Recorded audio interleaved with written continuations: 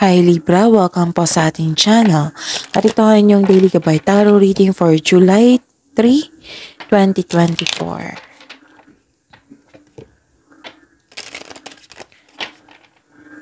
Please be reminded kung naka-resonate kayo, comment down. Kung hindi kayo naka-resonate, ibigay niyo po sa iba kasi general reading po ito. This is for you, Libra.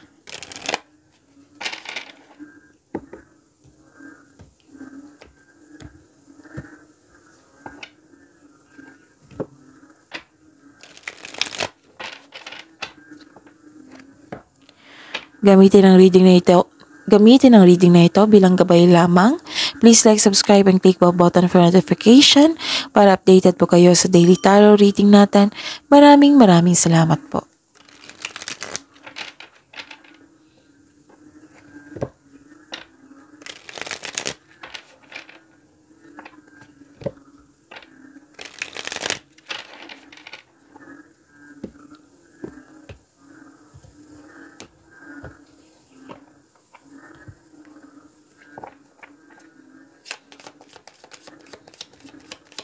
Spirits Guide. Mga ganap po ngayon July 3, 2024 para po kay Libra. I need 3 cards po.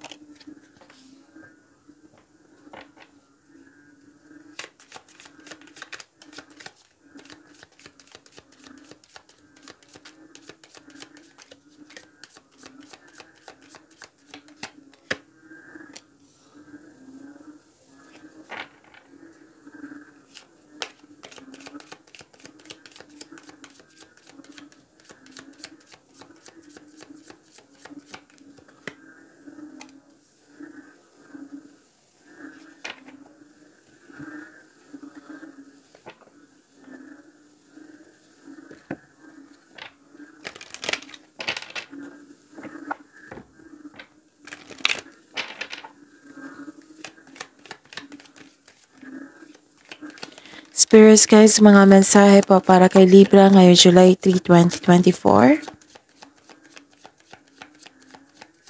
I need 2 cards po.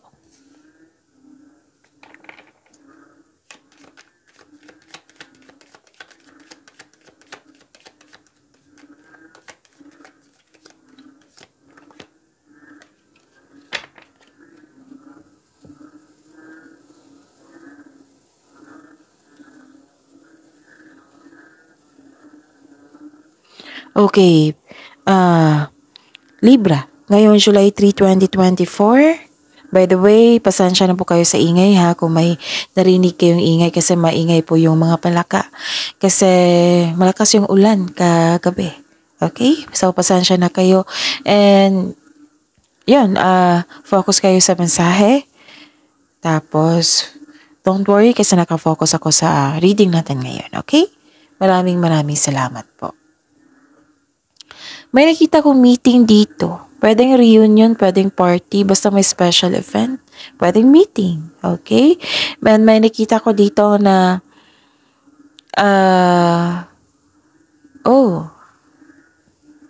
may nakita ako dito ang harvest. Pwede. Pwedeng cut off of communication, nagkaroon ng separation. And, worried kayo dito. What happened, Libra? Worried kayo kasi at nakaramdam kayo ng stress kasi may naninira sa inyo. Kasi may cut off of communication, right? May nakita kong pag nag-downgrade sa inyo, may naninira sa inyo. Tapos ingatan nyo din ang mga bagay dyan. Pwedeng money or isang tao. Kasi nung nagkaroon ng cut off of communication, 2 card na po nagsabi na may cut off of communication. Loss of communication, pwedeng loss of money, or pwedeng kinuha yung bagay, pwedeng nawala, pwedeng na-damage, pwedeng ninakaw. Oo. So, mag-ingat po.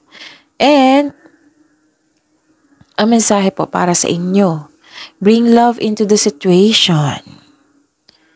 Kaya may tanong sa inyo, May tanong sa inyo yung cards nyo. What do you need to release? Ano daw yung kailangan i-release nyo? Okay? Spirits Guide, ano po ang energy ni Libra ngayong July 3, 2024?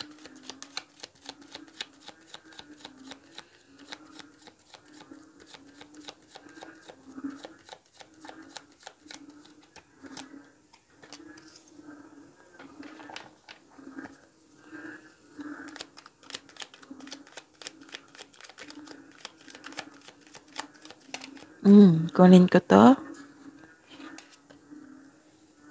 Okay. So, Libra, ngayong July 3, 2024. Wow. May nakita ko ditong wealth, family, inheritance. Nakita ko dito yung buo ang suporta ng isang grupo ng tao. Pwede yung family mo ito or kasamahan dyan. Full support ang iyong kapareha o pamilya, kasamahan mo dyan sa trabaho, pwede. Full support sila sa inyong plano sa buhay po.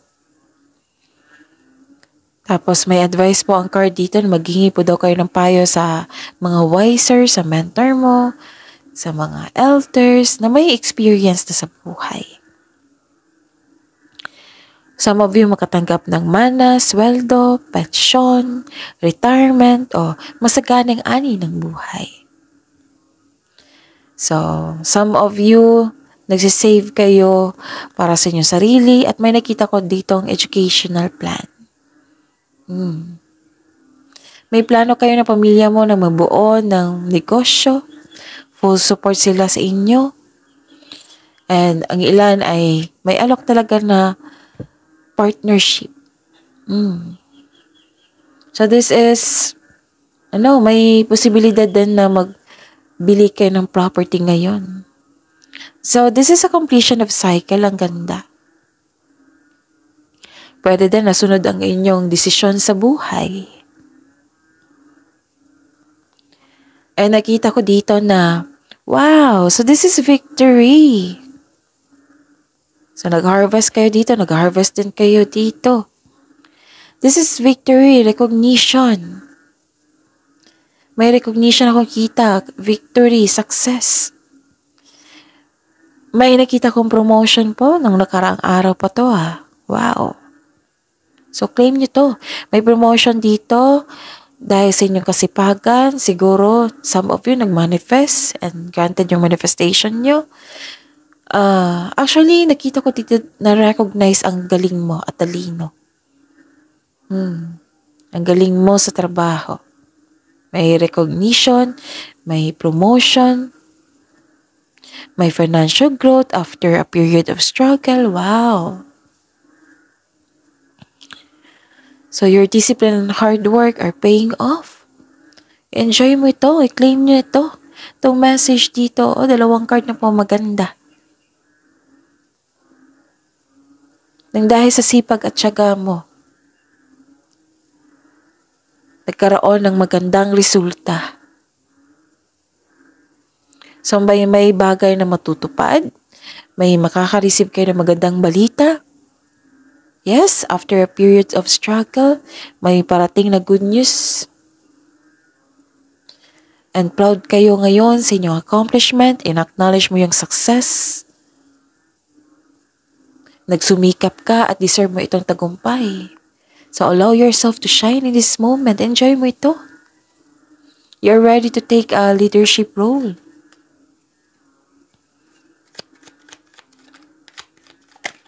Spirits Guide, Career and Money po ni Libra ngayong July 3, 2024.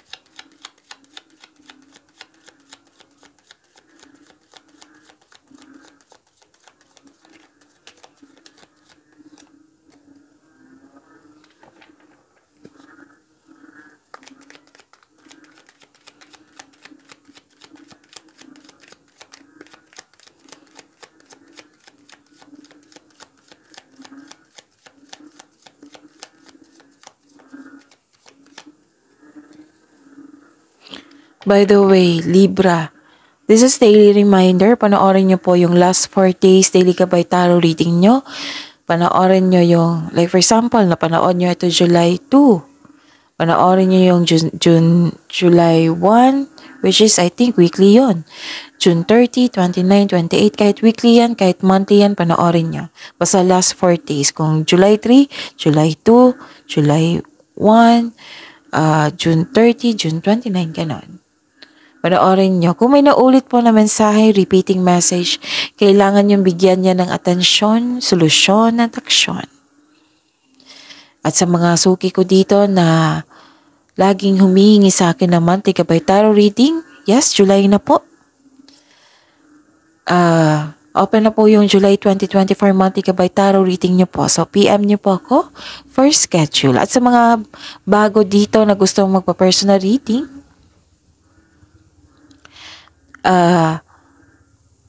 comment down. Kung gusto nyo magpa-personal reading, pwede naka-focus sa career and money, pwede naka-focus sa love reading or general. Comment down link. Again, comment down link. LINK para mag-reply ako kung paano, mag-reply po ako kung paano nyo ako makontak, okay? And huwag nyo kalimutan ang na-upload kahapon na individual reading nyo po sa career and money for this week. Kaka-upload po kahapon. So, check nyo po. From July 1 to July 7 yun na reading for naka-focus sa career and money. Kung gusto niyo mapanood yung full reading ng career and money niyo. Okay. Maraming salamat po. May nakita ko ditong wealth and generosity. So this is the third card na may nagsasabi ditong wealth. Wow. Hindi lang victory. So this is a 3 cards ha. Ang ganda ng reading ngayon. Pero, may concern ka sa isang tao na very greedy. Oo. Pwedeng marami siyang demand. Or may self-centered na tao. Pwedeng ito yung reklamo mo. Pwede din na nag-focus po daw kayo sa inyong trabaho na wala ng panahon sa sarili. So, this is the clarification of your card here na may loss of money. So, ingatan ha. Please be reminded, Libra. Ingatan ang kaperahan. Like, for example, pwede itong nawala, pwedeng ninakaw, pwedeng nagasta, pwedeng na-damage. So, ingatan niyo po. Pwedeng nagkaroon ng disbalance. So, check your money now. Or, may concern kayo sa hindi marunong mag-handle ng kaperahan.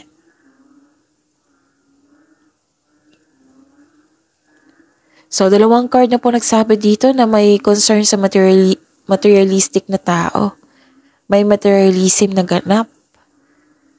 Okay?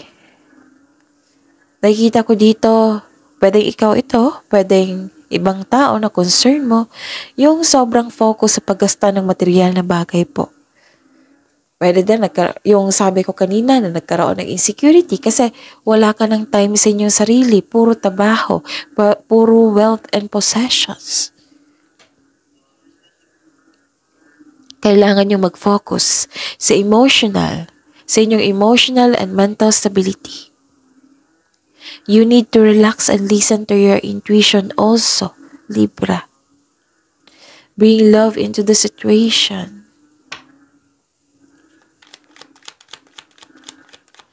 Spirit's Guide, Love Life, Self-Love, Partnership, and Romance ni Libra ngayong July 3, 2024.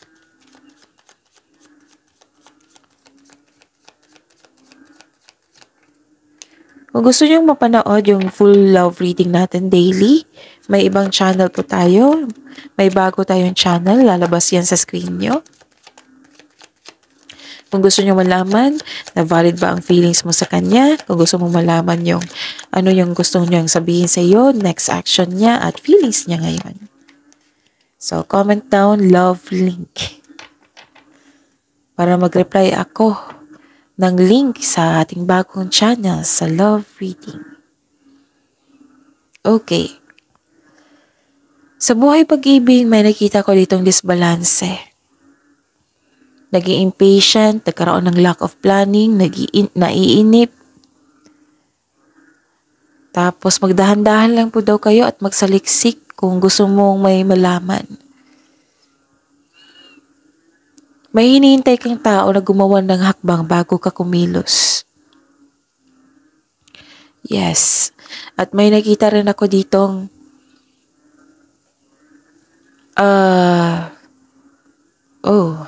sa mga single dito, nakikita ko dito na marami kayong maliligaw, maraming choices. Some of you iniisip mo kung sinong yung right person para sa iyo, nang siyang may tunay na pagmamahal, na love sa iyo. Mag-ingat po sa sobrang pag-iisip, baka ito ay maghatid ng pagkakalito.